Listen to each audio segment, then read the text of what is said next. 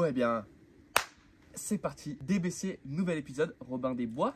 Yes. On en est à où? Épisode 20. On était dans les Landes pour aller voir les jardins de Castelnau, Isabelle et Christophe. Une belle rencontre qu'on nous a suggérée parce qu'en fait on voulait aborder le thème de la nourriture, le thème de l'agriculture, etc. qui sont quand même des beaux thèmes et qui sont super importants pour la France, enfin pour l'humain en tant que tel, puisque c'est quand même un bien primaire qu'on a besoin de combler. J'aime me beurrer la biscotte. Et donc on nous a suggéré cette belle rencontre. Et ça fait longtemps qu'ils sont engagés dans le bio et dans le maraîchage bio. C'est pas tout le bio, c'est le maraîchage très particulier.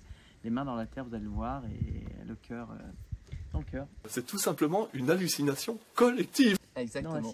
Pour nous, c'était assez important d'aller voir justement des maraîchers, quelque chose lié à l'agriculture et biologique. C'est vraiment c'est en le ce moment, sujet c'est très totalement actuel. du moment, c'est clair. C'est ça. On n'est pas là pour apporter entre guillemets un jugement, à dire ce qu'il faut faire, ce qu'il faut pas faire, etc., etc. Fais pas ci, fais pas ça, viens ici, mets-toi là. Notre but, c'est de témoigner, de montrer ce qui se fait de bien. Et en tout cas, ça donne de l'espoir. Ils prennent vraiment à cœur leur métier, tout ce qu'ils font. Et c'est juste super beau. Donc, on vous laisse profiter de cette belle rencontre. Et puis, on vous dit à tout de suite.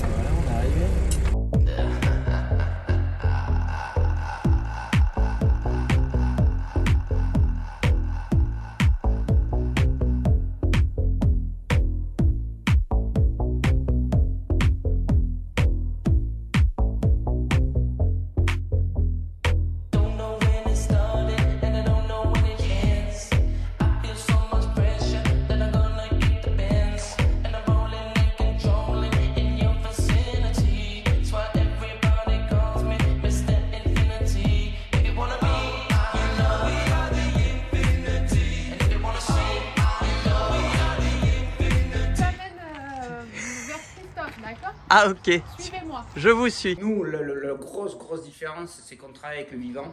Alors vous allez dire, les agriculteurs conventionnels aussi, les plantes sont vivantes. Mais nous, notre base, la base agronomique de notre métier, c'est le sol.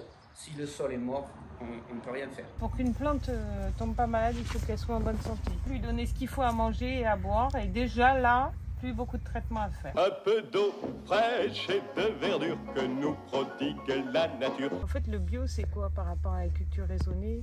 C'est donc produire qu'avec des produits naturels et surtout accepter d'être contrôlé, c'est-à-dire à ce qu'il y ait une personne tierce qui vienne dans l'entreprise, qui se saisisse de n'importe quel échantillon de sol, de plantes, qui le fasse analyser.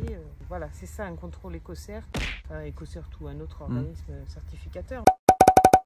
Mais c'est accepter donc un regard extérieur qui vient vérifier qu'effectivement le mode, et c'est le seul mode de production agricole qui a des contraintes comme ça aussi poussées. J'ai appris, moi, tout mon cursus a été d'apprendre de l'agriculture, mais pas de bio du tout, il n'y avait pas d'information sur le bio. Et j'ai eu une expérience en agriculture conventionnelle intensive, hein, puisqu'on faisait du hors-sol, et j'ai vu les limites de ce système. Et quand j'ai voulu m'installer, je me suis dit non, je ne vais pas reproduire ça, je vais partir sur un autre système plus respectueux de l'environnement. Et donc je me suis installé en bio. Pour moi, le bien commun, c'est l'écosystème dans lequel on vit. Préserver la nature dans laquelle on vit, la protéger. C'est ça notre bien commun à tous. L'alimentation, c'est notre premier médicament. Donc, Ils sont plus ma bouche. Ah oui, ça par contre, c'est les orties, monsieur. Oh, il va mieux là. voilà. Si on part avec des produits, si l'animal que nous on va consommer, si on consomme de l'animal, est en bonne santé et nourri correctement, nous on en bénéficiera aussi. Mais toujours pour des raisons économiques, pour baisser le prix de la ration, pour baisser le prix de la viande au départ.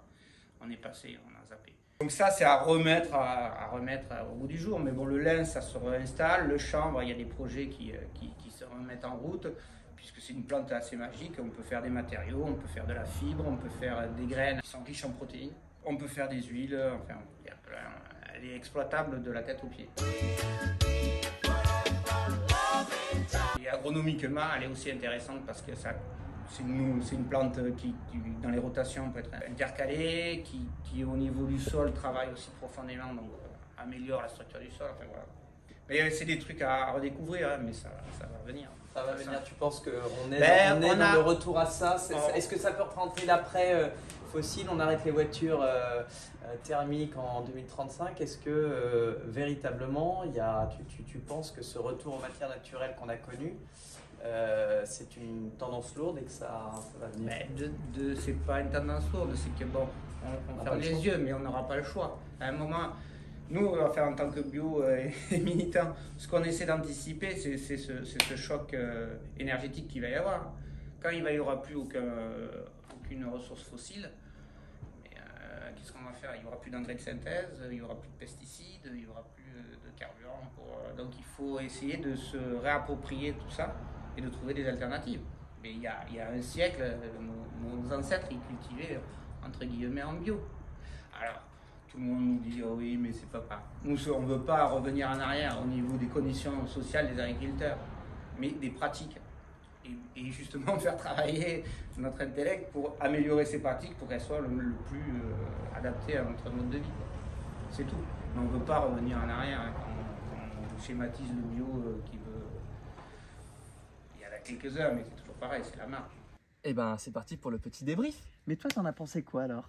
Eh bien moi je repars avec deux choses principales. La première, mais ça tout le monde le sait plus ou moins, et je pense que c'est bien de se le rappeler, c'est que l'agriculture, le maraîchage, etc., c'est quand même un sacré boulot. Ils se lèvent vraiment tous les matins très tôt, ils travaillent toute la journée, même le week-end, parce que c'est travailler avec le vivant, et travailler avec le vivant, c'est juste, entre guillemets, ne jamais s'arrêter. La nature ne dort jamais, et d'ailleurs il fait nuit, et voilà.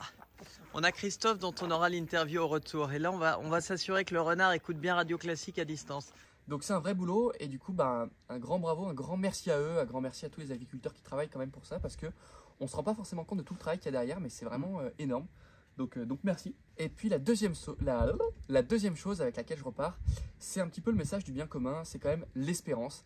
On a abordé plusieurs sujets, on a parlé justement du maraîchage bio, des fruits et légumes de saison, etc., etc. Et aussi de plein de belles plantes qu'on a potentiellement oubliées en France, comme le lin, dont on avait parlé avec Emmanuel Lang, plus sur le côté textile, et là on en parlait aussi de tout ce qui était lié à l'agriculture, etc. Et je pense qu'en fait, ça m'a apporté plein d'espoir sur le fait de me dire, on va retrouver le savoir-faire d'antan, on va y revenir. Et en fait, il y a plein d'espérance à trouver là-dedans. Et non pas à se dire, ah, on a tout perdu, c'est l'enfer, mais plutôt se dire, on a perdu plein de choses, mais on peut les retrouver. Et c'est juste extraordinaire. Et toi, Padre? Je repars avec trois choses.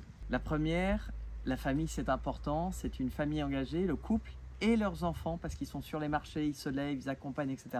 Et puis c'est une famille élargie parce qu'ils ont leurs collaborateurs et on sent qu'il y a un esprit de famille. Ils sont là pour la même chose, ils ont tous les mains dans la terre et ça leur fait du bien. Ça se sent et ça, j'ai trouvé ça chouette. Ça m'a interrogé sur le travail. Moi, on fait du montage en ce moment, on est devant nos ordis. On est très nombreux dans nos boulots de service à être face à des ordis tout le temps.